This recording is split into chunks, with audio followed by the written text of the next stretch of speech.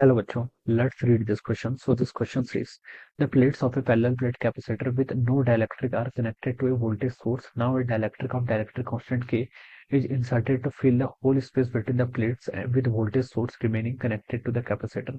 आपको energy stored, force, electric field, charge, ये सारे पैरामीटर्स पर क्या चेंज आएगा बताना है। तो देखिए बच्चों, इस क्वेश्चन का की कॉन्सेप्ट आप क्या लिख सकते हैं। The key concept of this question is capacitor लिख लीजिए। ठीक है, कैपेसिटर के ऊपर देखिए बेस्ड आपकी प्रॉब्लम है, तो हमने इस क्वेश्चन का कैप की कॉन्सेप्ट क्या लिख लिया, कैपेसिटर लिख लिया। ठीक है, अब बच्चों देखिए इस क्वेश्चन पर आते हैं। क्वेश्चन पर बोल रखा है कि parallel plates, the plates of a parallel plate capacitor with no dielectric are connected to a voltage source. ये आपकी पैरेलल प्लेट कैपेसिटर है, नो डाइलेक्ट्रिक आपने क्या कर रखा है, इसको सोर्स से कनेक्ट कर रखा है। Let this is a source. ठीक है, ये आपका इस तरीके से कनेक्ट कर रखा है। इसके वोल्टेज कितनी, वी के इक्वल है। ठीक है, वोल्टेज वी के इक्वल है। इस पर देखिए कुछ चार्ज आएगा, इसका कैपेसिटेंस मान लीजिए सी के इक्वल है, तो इस पर जो चार्ज होगा वो आपका सी वी के इक्वल आएगा, और इस पर आपका जो चार्ज आएगा वो माइनस क्यू आ जाएगा। ठीक है, इस तरीके से हमने इसको कनेक्ट कर रखा है। अब क्या बोला गया देखिए, plates of a parallel capacitor with no dielectric are connected to a voltage source. Now a dielectric constant K is inserted to fill the whole space between the plates and voltage source remaining connected. ठीक है, voltage source क्या है। देखिए बच्चों, charge पर क्या effect पड़ेगा। सबसे पहले चार्ज देखिए, Q इक्वल टू कितना होता है आपका, C इंटू वी के इक्वल होता है। आपने देखिए यहाँ पर V को तो लगाया हुआ है, V को तो आपने डिस्कनेक्ट किया नहीं, क्वेश्चन में कहीं नहीं बोल रखा है कि यहाँ पर लिखा भी हुआ है देखिए वोल्टेज सोर्स रिमेनिंग कनेक्टेड। इसका मतलब बच्चों इस क्वेश्चन में आपका V कांस्टेंट रहेगा। ठीक है, V की वजह से कोई इफेक्ट नहीं आएगा, V क्या रहेगा, कांस्टेंट रहेगा।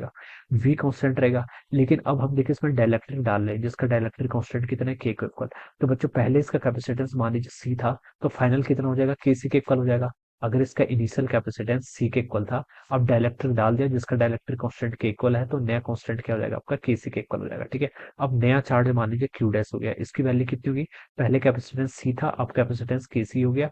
पहले वोल्टेज वी थी, अभी भी वोल्टेज वी है। ठीक है, तो चार्ज तो बच्चों देखिए कितना हो जाएगा आपका, के टाइम्स सीवी, यानी कि पुराने वाले का के टाइम्स हो गया।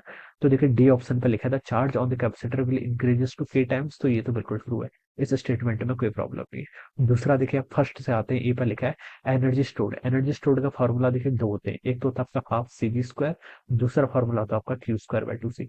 यहाँ पर कौन सा फॉर्मूला यूज करना बेटर रहेगा, पहला वाला। सेकंड वाला क्यों नहीं करेंगे, सेकंड वाला भी कर सकते हैं लेकिन नहीं करने में समझदारी है, क्यों, क्योंकि क्वेश्चन बोल रहा है कि वी फिक्स है, तो ये वाला फॉर्मूला यूज करो ना, ये टर्म तो कांस्टेंट हो जाएगी फिर आपकी। ठीक है, तो देखिए नई एनर्जी कितनी हो जाएगी, हाफ। नया कैपेसिटेंस सी नहीं के सी है, वी फिक्स है, वी पर कोई चेंज नहीं हुआ है, तो ये कितना हो जाएगा आपका, के टाइम्स हो जाएगा, कितना, इनिशियल एनर्जी जो कि यू थी। ठीक है, the energy stored in the capacitor will becomes के टाइम्स, तो ये तो बिल्कुल ट्रू है, तो ए वाला स्टेटमेंट क्या बच्चों यहाँ पर से करेक्ट है। बी पर लिखा है इलेक्ट्रिक फील्ड इनसाइड कैपेसिटर क्या करेगा, डिक्रीज करेगा। इलेक्ट्रिक फील्ड किसके इक्वल होता है, ई इक्वल टू आपका वी बाई डी के इक्वल होता है। वी बच्चों कांस्टेंट है, पहले भी था अभी भी है, डी पर कोई फर्क नहीं पड़ा है। ठीक है, तो इलेक्ट्रिक फील्ड भी तो चेंज नहीं करेगा ना, लेकिन यहाँ पर डिक्रीज हो रखा है, तो ये वाला स्टेटमेंट ड्रॉप हो जाएगा। अब सी पर आइए, the force of attraction between the plates will increases. Force of attraction की बात करिए। ठीक है, फोर्स ऑफ अट्रैक्शन देखिए, एक प्लेट के कारण इलेक्ट्रिक फील्ड क्या होता है आपका, Q divided by A epsilon not. ठीक है, इनटू दूसरी प्लेट का चार्ज कितना है, sorry, Q divided by two epsilon not होता है। देखिए यहाँ पर दो प्लेट्स हैं। ठीक है, फोर्स किसके कारण रहेगा, पहली वाली प्लेट मान लीजिए दूसरी वाली फोर्स प्लेट पर फोर्स लगा रही, तो फोर्स कितना होता है, क्यू इंटू ई के इक्वल। ठीक है, दूसरी वाली प्लेट का चार्ज का मैग्नीट्यूड की बात करूं तो वो बच्चों क्यू के इक्वल है। ठीक है, एक प्लेट के कारण दूसरी प्लेट के यहाँ पर इलेक्ट्रिक फील्ड कितना होगा आपका, Q divided by two A epsilon not के इक्वल होगा।